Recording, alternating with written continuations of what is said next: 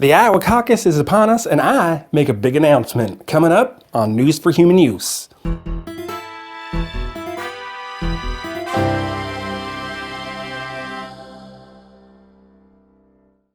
Hey there, humans, and welcome to another edition of News for Human Use, your salt of truth on the slippery pavement of the information superhighway. I'm Gene Pocket. I'm an author, an influencer, and the only candidate standing for the presidency of the United States of America in the last half century who isn't colluding with the machines. I'm the only candidate in the race who's willing to say the real threat by name.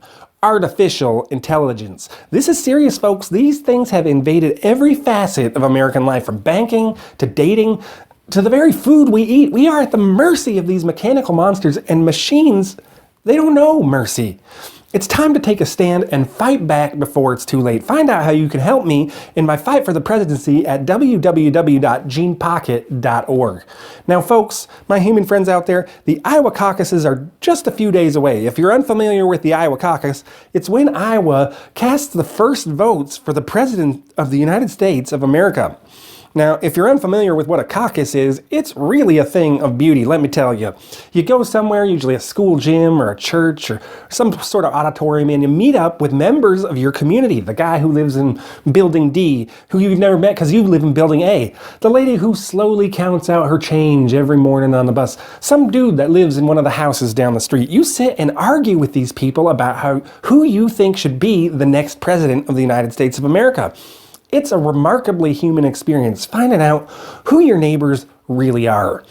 If you live in a caucus state, do it. It is a lot of fun.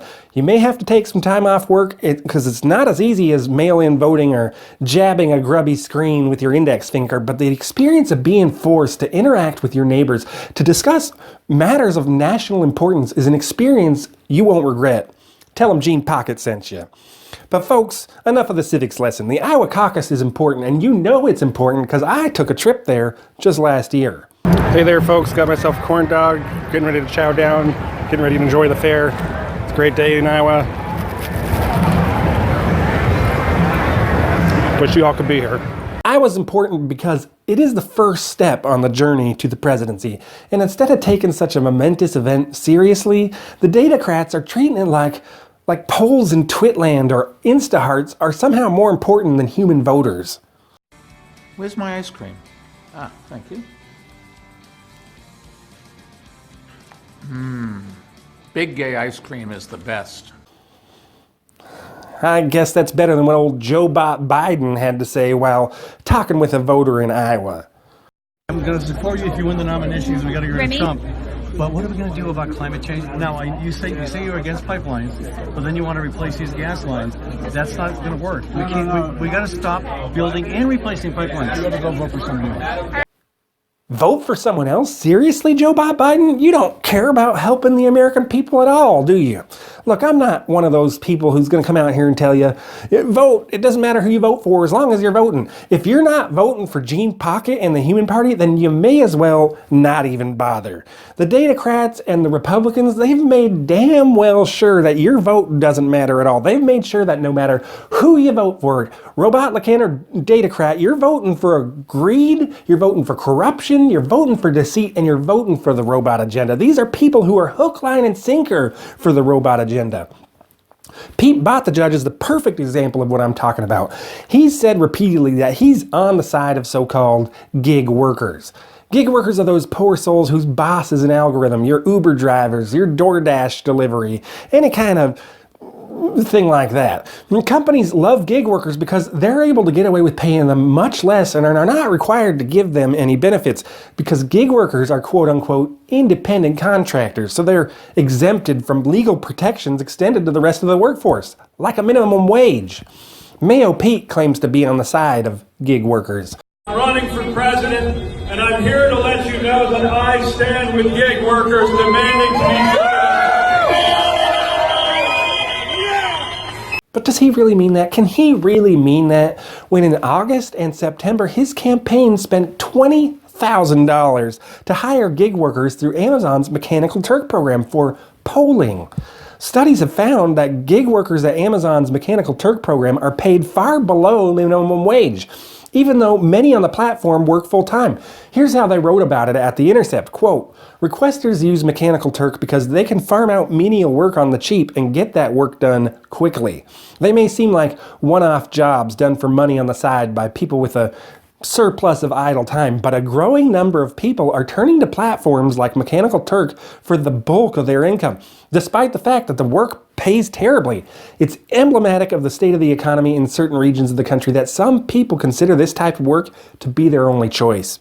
Requesters can also reject work if it doesn't meet their standards, a subjective decision that means workers risk not being paid even if they spend time on a task. Workers on Mechanical Turk are not considered employees by the company, which is owned by Amazon and Jeff Bezos, and do not have any labor or wage protections, nor do they even have the freedom to join a union. Workers there tried to form a union in 2014, and Amazon, which collects 20% fee per worker reward, squashed the effort, end quote. This is perfectly emblematic of what's wrong with our system and the candidates it elevates.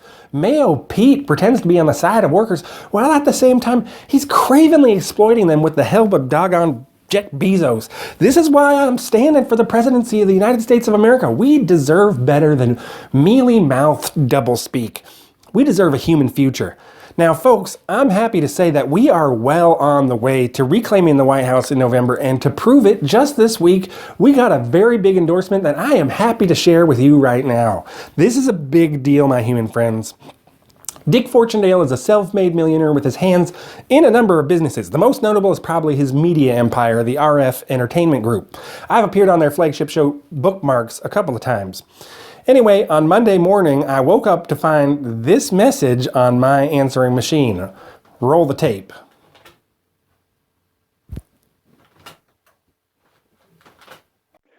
Hello, fellow humans. Dick Fortundale here. I'm a self-made entrepreneur, a bon vivant, and an ardent supporter of Gene Pocket, the only completely human candidate for president of these United States. As a self-made man, I support Gene's opposition to creatures that were made by someone else. I agree with Gene that the robot agenda is pernicious and insidious. I am a respected Midwestern oligarch dealing mostly in used tires and auto parts. A genuine comer, not some second-rater like this Tom Steyer character. Guy's a stiff. Who's going to vote for that? Gene speaks for all us humans, and he's got the bind to go the whole distance. I'm not denying his message could use a little refinement. His delivery needs some work. Also, the rocking back and forth thing bothers me somewhat, but he's working on that. We're going to rise above such challenges. That's what I'm here to help with. Now, I'm not saying I'm completely opposed to robots. They have their uses. I'll admit I employ a few myself. You just have to watch them is all. We're going to work through these things. As we do, we're going to need your help, morally and especially financially. I can't do it all myself. Go to www.genepocket.whatever, ring that bell for future notifications, and definitely buy that pocket merch. The windbreaker is particularly stylish. See you at the White House in November. I'm Richard Fortundale. Folks, this is exciting. This is a big endorsement, and it's much appreciated. Dick Fortundale and I have our differences, that's for sure, but we're both human beings, and that's all that matters. We're coming together, joining forces to make sure that our children and our children's children have a future, a human future. And my human friends, America is waking up to the fact that it's only together that we're going to be able to take back this country. It's only together that we can save the world. And together, united under the banner of the Human Party, we're going to take the White House in November. And that's why I'm going to be here every single Thursday, bringing the news and information that's fit for human use. Tell the people you care about this video. Maybe you know someone who thinks voting for a datacrat or a robotlican is going to change things. Don't just share the link. Tell them face to face. Look into their eyes and tell them the truth. Tell them the datacrats and robotlicans are just talking out of different sides of the same robotic face. Tell them there's hope. There's hope if we come together. There's hope if you vote for the Human Party. There's hope if you buy Human Party merch. Be sure to visit www.genepocket.org. That's G-E-N-E pocket.org, where you're going to find all kinds of information about my campaign, the Human Party, how you can volunteer, Human Party merchandise, and most importantly, the link to our donation page. Donate today if you agree that we need to keep America human. Hit subscribe and ring that bell for notifications. I'm Gene Pocket, and until next week, I wish good things for you, good things for the United States of America, and all the best to the human race. Thanks for watching, and have a great week. We're not gonna let them take our jobs. We're not gonna be replaced. We won't live in a world that's run by bots. We won't let them take our place. We won't let machines take our rights. We'll stand together, we will fight. We're not gonna let them program our kids. We won't let bots control our news. We won't let machines divide with politics. We're not just data points to be used. We're human beings with living souls. We won't let the robots gain control. Together we'll keep America human. We're the Human Party. Together we'll keep America human. We're the Human Party. We're the Human Party. If I were registered to vote, I'd send these clowns a message by staying home on election day and dressing up like a clown. You're not registered? Nope, not vaccinated either. Besides, it's not like one vote ever made a difference. That's not true. The first robot president won by exactly one vote. Ah, yes, John Quincy Adding Machine. He struck a chord with the voters when he pledged not to go on a killing spree. But like most politicians, he promised more than he could deliver.